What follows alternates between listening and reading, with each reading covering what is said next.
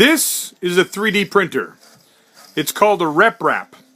It takes plastic like this, pulls it down, melts it, and layer by layer prints out shapes.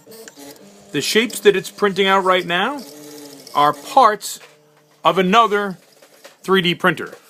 So pieces like this are what it's printing right there.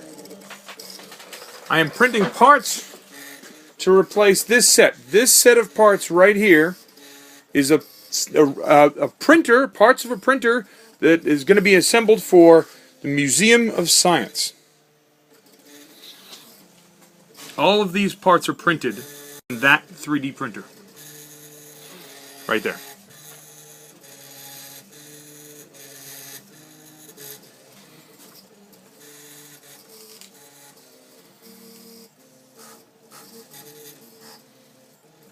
Printer can print out over 60% of its own parts. Extra parts need to be added like threaded rod, nuts and bolts, electronics. One of the goals is to eventually get that number of vitamins down. But humans can only make 60% of their own parts, I believe, anyways. So the rest are vitamins. There you go.